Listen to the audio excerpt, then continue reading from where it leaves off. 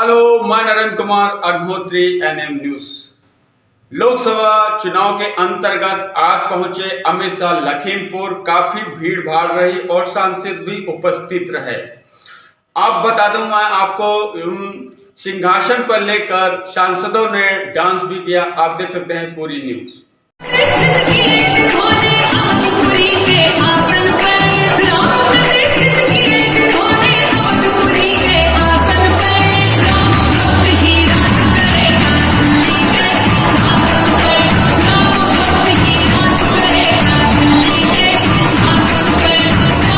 और मित्रों, ये जो चुनाव है उसमें भाई अजय मिश्रा के नाम के सामने कमल का निशान है। उस पर जो आप बटन दबाओगे ना, वो वोट सीधा सीधा नरेंद्र मोदी जी को प्रधानमंत्री बनाएगा। भाइयों बहनों, मैं देश भर में जाता हूं, लगभग 250 सीटों पर ये 6 माह में गया। हर एक जगह कहते हैं कि हमारे सांसद को मंत्री बना देना भैया, हर जगह कहते हैं। मगर खीरी वालों, आपको तो हमने बनाया मंत्री देने का काम किया है। ये अजय मिश्रा को यहां से जिता दो, उनको बड़ा आदमी बनाने का काम मैं करूंगा। भाइयों बहनों, ये चुनाव मोदी जी को तीसरी बार प्रधानमंत्री, मोदी जी को फिर से प्रधानमंत्री बनाना है या नहीं बनाना है? अरे भाई, 400 पार करना है या नहीं करना है? ऐसी आवाज नहीं चलेगी भाई। को फिर से एमपी बनाना है या नहीं बनाना है? तो ऐसी आवाज नहीं चलती भाई। दोनों हाथ उठाइए, उठाइए दोनों हाथ जरा। विजय के संकल्प की मुट्ठी बींचिए और प्रचंड आवाज से बोलिए, जय श्री राम, जय जय श्री राम, वंदे भारत माता की, भारत माता की। मंच पर उपस्थित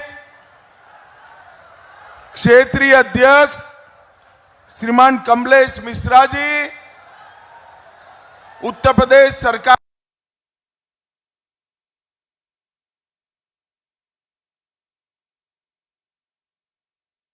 में मंत्री, क्लस्टर प्रभारी श्री जेपीएस राठौड़ जी, वासुदेव मौर्य जी, सुनील सिंह जी, अचिन मल्होत्रा जी, विनीत मनार जी, लुकेंद्र प्रताप सिंह जी, योगेश वर्मा जी, मंजू त्यागी जी, रोमी साहनी जी, और आज जिनको जिताने के लिए मैं आया हूं, मेरे साथी मंत्री, आगे आओ अजय भाई, साथी मंत्री और यहां के प्रत्याशी श्री अजय कुमार टैनी जी के लिए जोर से ताली बजाओ जरा।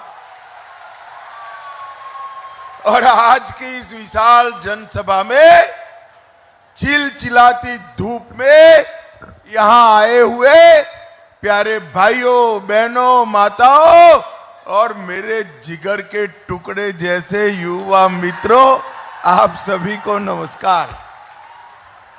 भाइयों बहनों, आज खीरी की जनसभा देखकर मैं एक बात कहकर जाता हूं कि यहां से अजय मिश्रा के हाथ में कमल लेकर आप फिर से उनको दिल्ली भेजने वाले हो, वो तय हो गया है।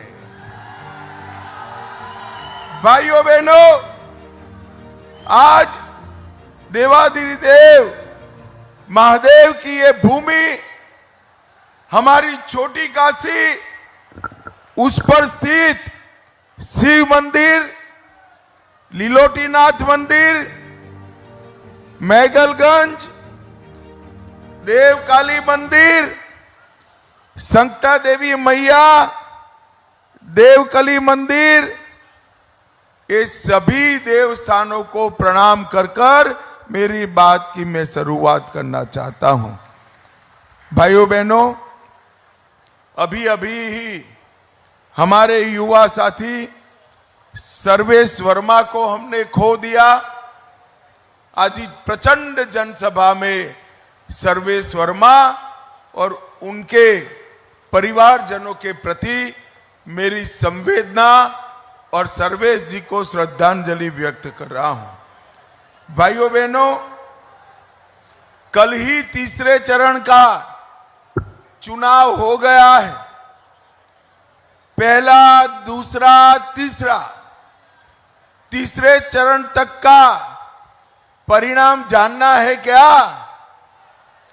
जोर से बोलो भाई, जानना है? पक्का जानना है? किसी को बताना मत, मैं बताता हूं तो नहीं बताएंगे ना।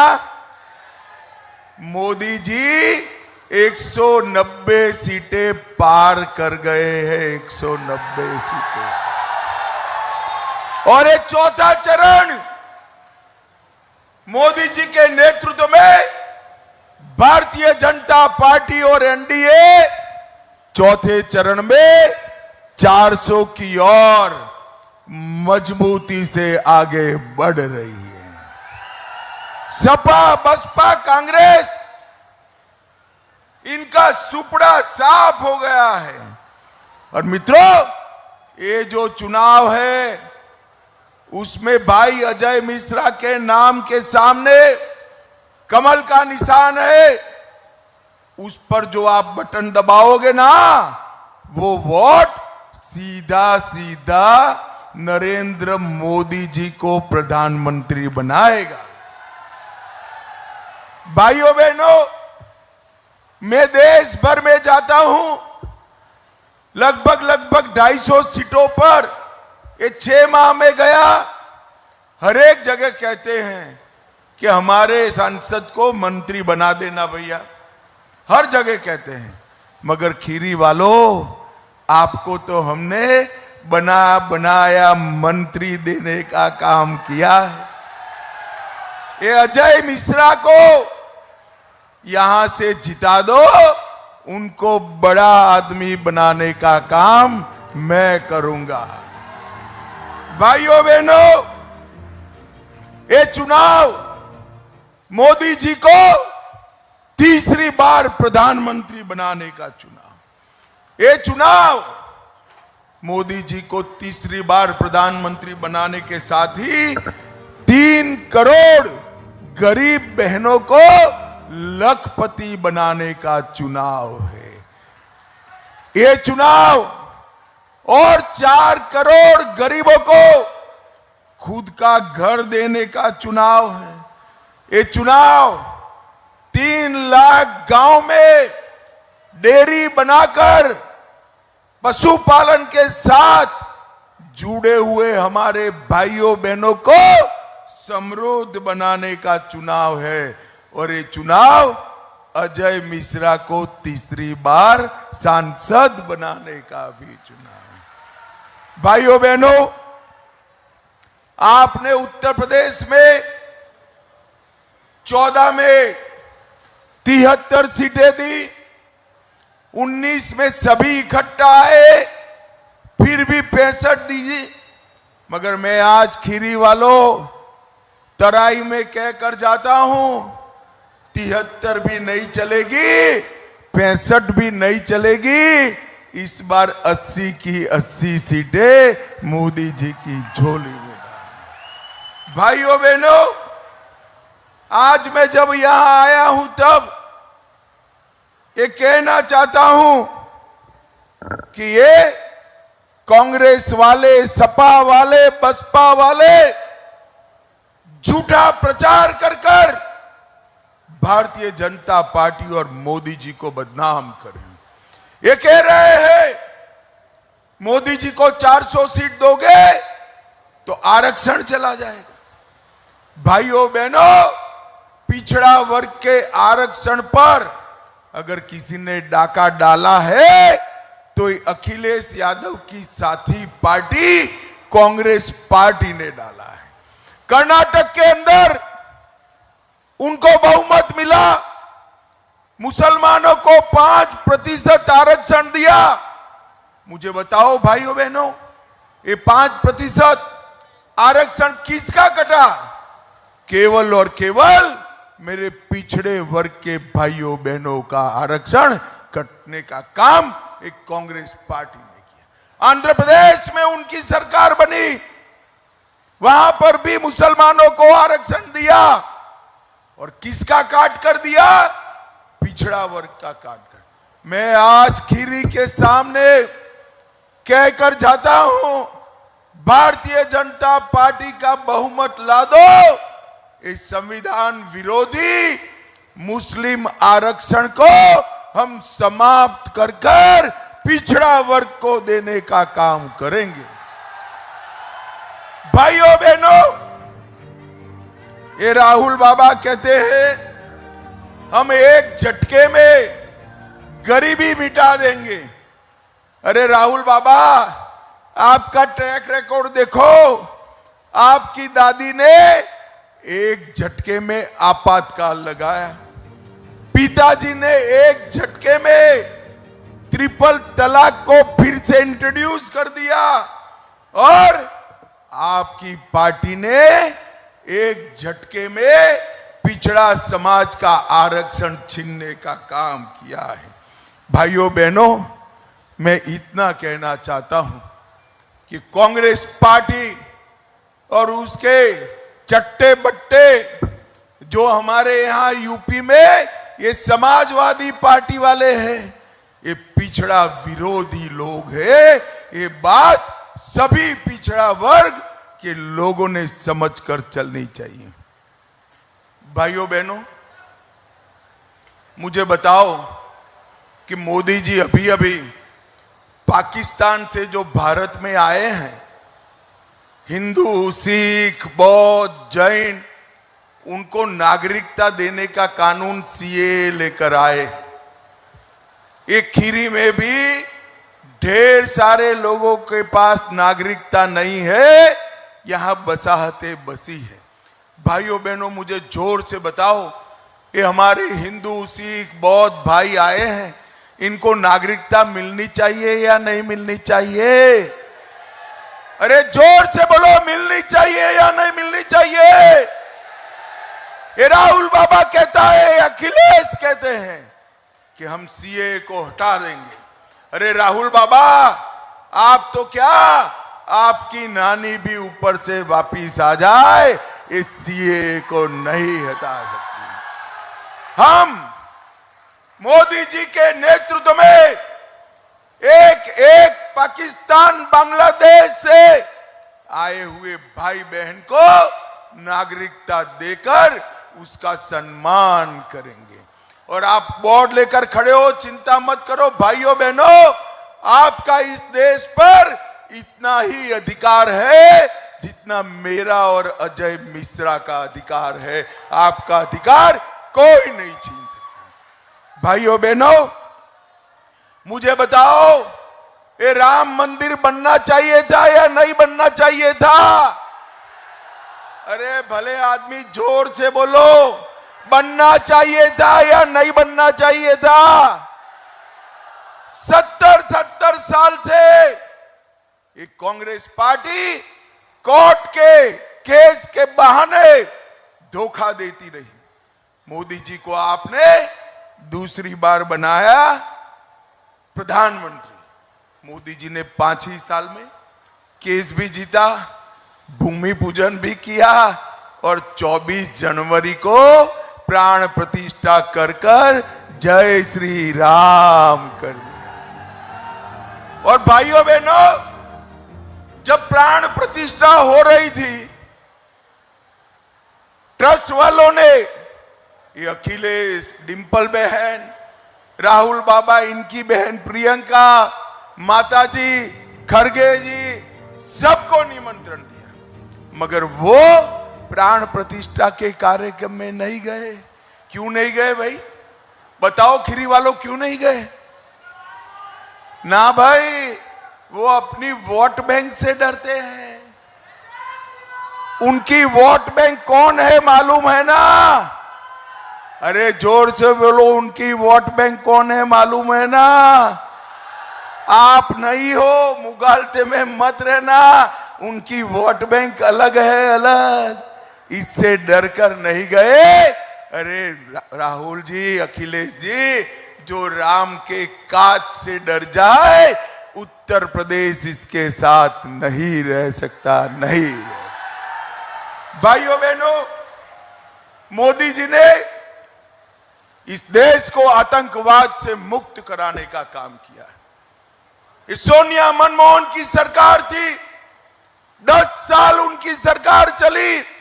आए दिन आलिया, मालिया, जमालिया पाकिस्तान से घुस जाते थे, बम धमाके करते थे और चले जाते थे। आपने मोदी जी को प्रधानमंत्री बनाया। मोदी जी ने यहां चौक चौबंद व्यवस्था करी। उरी और पुलवामा में पाकिस्तान ने गलती करी, बम धमाके किए। परिणाम क्या है? 10 ही दिन में सर्जिकल स्ट्राइक और एयर स्ट्राइक कर मोदी जी ने घर में घुसकर पाकिस्तान के आतंकवादियों का सफाया करने का काम नरेंद्र मोदी। मुझे भाइयों बहनों बताओ, ये अखिलेश बाबू, राहुल बाबा देश को सलामत कर सकते हैं क्या? जोर से बोलो, कर सकते हैं क्या? सुरक्षा दे सकते हैं क्या? गरीबों को घर दे सकते हैं क्या? नल से जल दे सकते हैं क्या? गैस का सिलेंडर माताओं आपको दे सकते हैं क्या? शौचालय दे सकते हैं क्या? 5 लाख तक की सारी स्वास्थ्य की सुविधाएं मुफ्त में दे सकते हैं क्या? गरीबों को मुफ्त अनाज दे सकते हैं क्या? ये कुछ नहीं कर सकते। मोदी जी ने ये 10 साल में गरीबों को घर दिया, बिजली दी, गैस का सिलेंडर दिया, शौचालय दिया, 5 लाख तक का बीमा दिया और प्रति व्यक्ति प्रति माह 5 किलो अनाज मुफ्त में देने का काम हमारे प्रिय नेता नरेंद्र मोदी जी ने किया। भाइयों बहनों, खीरी वालों, मुझे बताओ, ऐसा होने वाला नहीं है, मगर भगवान न करे ऐसा हो गया तो आप मुझे बताओ, ये इंडिया अलायंस का बहुमत आता है तो उसका प्रधानमंत्री कौन बनेगा? बता सकते हैं? चलो मैं एक एक कर कर पूछता हूं। शरद पवार जी बन सकते हैं क्या? जोर से बोलना।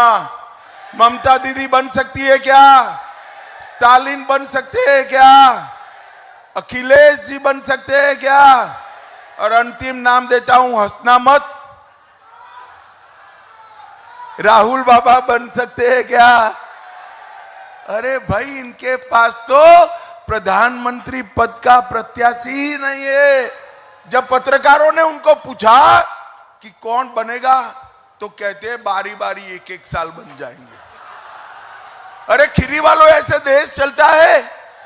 अरे अखिलेश, ये परचूरण की दुकान नहीं है, ये देश है, देश। एक मजबूत नेतृत्व चाहिए, वो एक ही है, नरेंद्र मोदी, नरेंद्र मोदी, नरेंद्र मोदी। भाई और बहनों, इनके पास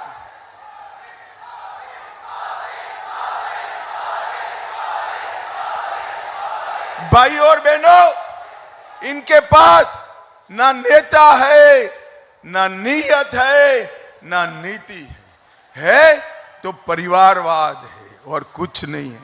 भाइयों बहनों, आज मैं राम गोपाल यादव का एक स्टेटमेंट भी आपको कहना था। वो राम मंदिर को बेकार बताते। मेरी बात याद रखना, जरा भी गलती करी तो ये राम मंदिर पर बाबरी नाम का ताला लगाने का काम करेंगे। इनको मौका दे सकते दे सकते? भाइयों बहनों, पूरे उत्तर प्रदेश में उनकी सरकार थी, गुंडाई चलती थी, जमीन कब्जाते थे, पूरे के पूरे माफिया उत्तर प्रदेश को कब्जा लेकर बैठे थे। होली दीपावली के दिन बिजली नहीं आती थी, रमजान में 24 घंटा बिजली आ जाती थी। अब होली दीपावली के दिन 24 घंटा बिजली देने का काम भारतीय जनता पार्टी की सरकार है। भाइयों बहनों, आज योगी जी के शासन में ये माफिया जो है, पहले लोग पलायन करते थे, अब माफिया पलायन कर रहा है। ये भारतीय जनता पार्टी की सरकार है। भाइयों बहनों, अपना एक तराई का क्षेत्र गन्ने का क्षेत्र है, सबसे ज्यादा गन्ना होता है। यहां 9 शुगर मिल है।